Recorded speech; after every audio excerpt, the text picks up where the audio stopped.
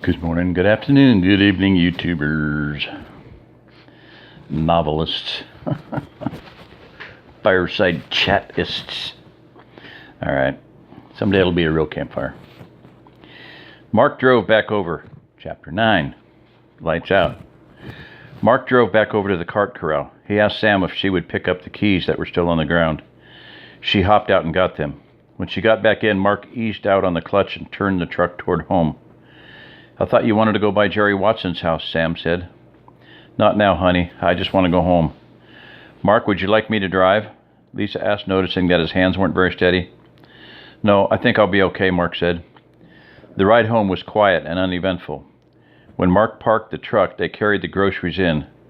Sam was talking a mile a minute, relating the Kroger parking lot incident.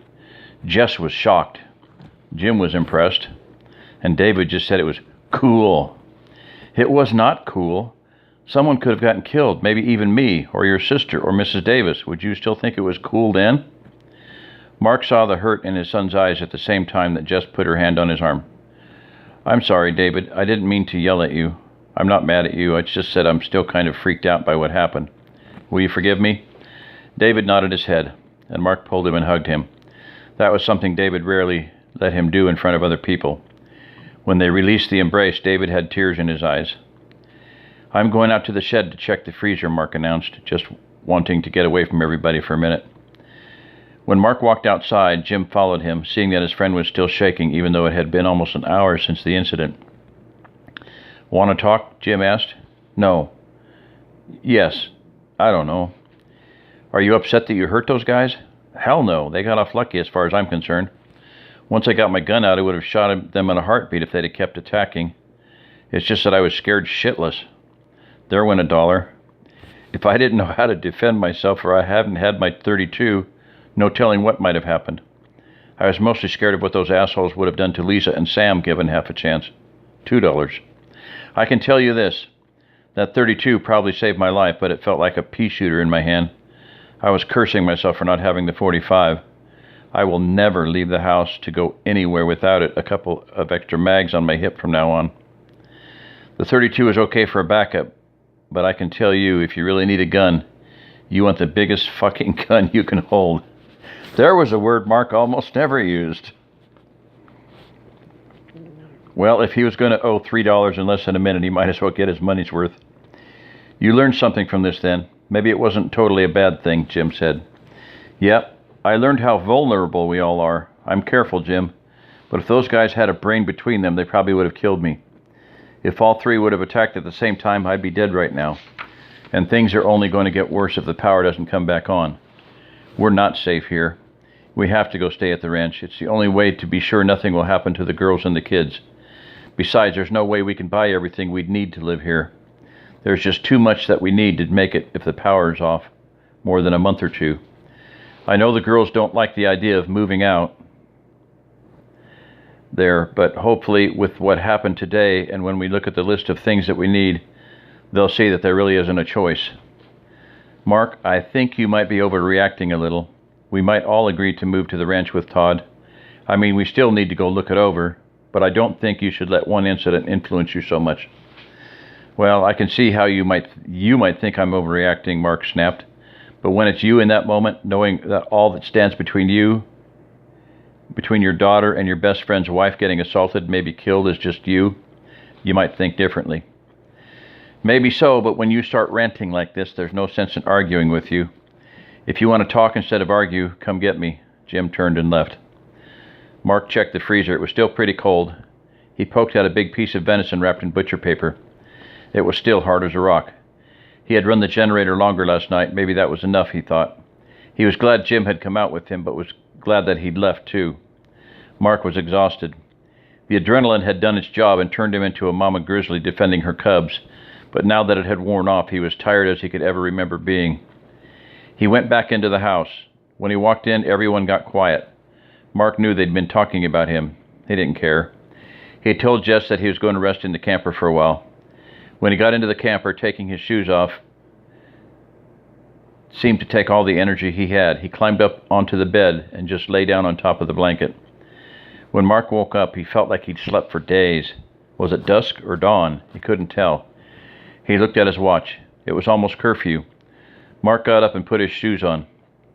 He walked out of the camper and could see everyone else up on the deck with the Coleman lantern burning close enough to light the Monopoly game they were playing. He stepped up onto the deck, and Jess was the first one to see him. "Hey, stranger, how was your nap?" "I don't remember," he said, as he rubbed the back of his head. "Man, you were really out of it," Jess informed him. "I tried to get you up to help Jim with the generator, but you were dead to the world." "You ran the generator?" Everyone nodded their heads. "I got John to help me," Jim said. "Wow, I never heard it." "Listen, I want to apologize to everyone for how I acted, especially to David and Jim."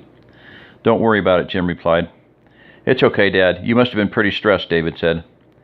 "That's no excuse for the way I acted. I'm really sorry," Marc then changed the subject. "Did you guys listen to the news and the president?" "Yes, we did," Jim told him. "It was pretty much the same old news. Rioting in a few more cities, Baltimore and Chicago, I think. The press said they weren't moving quite as fast as they thought on the power, but that it should only be another day or two before the lights would be back on in some cities." Was all Marc had to say. "Then we all went down to John's," Lisa continued to fill him in. "There were a lot more people there tonight. Everyone was talking about one of three things. The third most popular topic of conversation was the power. Less people believe the power is going to be back on in a couple days. Now there's a group in the middle who believe it may be several weeks to a month or two before the power is restored. The second favorite topic was the $50 limit at Kroger. And the most talked about item at the Silver Hills community meeting for today was..." Her voice crescendoed. "Drum roll, please." She paused again. Jim beat his hands on the picnic table. "The amazing kung fu feats of one Mr. Marc Turner." "You didn't," Marc protested. "It seems that your son told one of his friends," Jess explained, "and by the time the meeting rolled around, everyone knew. Of course, the rumor mill had upped the opponents to 8, and they all had knives, but that was okay because you just jumped into a phone booth and came out with tights, a cape, and a big red S on your chest," Lisa kidded. Marc groaned. "Seriously, though, some people came up and asked me if you might be willing to teach a self-defense course for the neighborhood," Jim said. "Well, I would if we were going to stay here," Marc informed them. "Don't we all get a say in that?" Jess inquired. "Of course you do, but I think you'll come to the same conclusion I have. There just isn't any other choice. We don't have what we need to live here for an extended period, and even if we did, it's not safe." "What do you mean, it's not safe?" "You don't even think John's guards are necessary," Jess said. "My thinking has changed since this morning. The guards may be able to stop a carload of teenagers from toilet papering houses, but there is no way they're going to stop a hungry and determined bunch of rioters and looters." "We could always beef up the guards," Jim said. "So you think we shouldn't go too?" Marc said accusingly. "I didn't say that. I'm still leaning towards staying at the ranch, but I haven't made my mind up yet. I think we have to see it first and then weigh all of our options," Jim retorted. "You all just can't see that we have no options. You are clinging to the fantasy that civilization still exists. I got a hard lesson today in reality, and I can see what's coming. I thought it would be obvious to all of you as well. I guess it doesn't matter, though. When we sit down with our list, it's going to be apparent that we have to go," Marc said. "That may be true, Marc," Jess shot back, "but we need to see the ranch and review our lists first. I won't be forced into making a decision based on one occurrence. I know it must have been scary. I was scared just hearing about it. But this is too important of a decision not to look at everything and everyone involved. Well, we leave for the ranch at noon tomorrow. In the meantime, I'm going to work on my list." Marc wheeled around and marched off much the same way as Sam had the day before. "When you're ready, we have our list done," Jess called after him. Marc woke up at 6:30 again. When he climbed out of bed, he noticed that he was a little stiff. He went into the house to find his running clothes and get dressed. He spent some extra time this morning stretching. When he started running, he could really feel the 5 miles he'd done yesterday. He set a pace that was a little slower than usual and figured a mile or two would work out the soreness. He started thinking about the ranch and how to convince the others to go. When he passed the guards, they razzed him. "There he is," said the first, "the famous Silver Hills Kung Fu master himself. Be careful, one look from him will make you wet your pants." "I heard he could catch a bullet with his teeth," the second guard teased. "You guys go back to sleep," Marc waved them off. "Besides, everybody knows that real Kung Fu masters don't have any teeth." The two men laughed. As Marc turned east, the sun was just peeking over the horizon. He made a conscious effort to watch it come up this morning. When he was about a mile from his house, he turned around and picked up his pace just a tad. His legs were beginning to feel better. When he got back home, he found some clean clothes and showered. When he got out, Jess was just waking up. "Are you doing anything this morning, or are we just getting ready to go to the ranch?" she asked. "I still need to pay for the truck part, and I want to go see Jerry Watson to get some ammo. But I guess that can wait until we get back. Let's eat and then go over our list. Then we can get ready and head out to visit the ranch." Jess and Marc cooked breakfast together.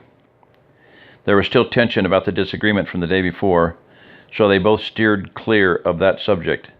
Just before the pancakes were ready, Marc woke everyone up. They all ate, and then the adults got their list and went through them. Marc had more on his than anyone else did. They discussed them for a couple of hours, but were making little progress. Jim suggested they table the discussion until they got back from the ranch. After they loaded the trucks, Marc walked down to ask John to pump water for the neighbors until they got back. He asked John to please remember to take water to Mrs. Peterson and to plug up his freezer for 3 or 4 hours each day. When the 2 trucks pulled out of the subdivision, Jim was in the lead. Marc looked in his rearview mirror and saw the Silver Hills sign. His hand reached down and felt the Colt Commander on his hip as the sign got smaller. End of chapter 9.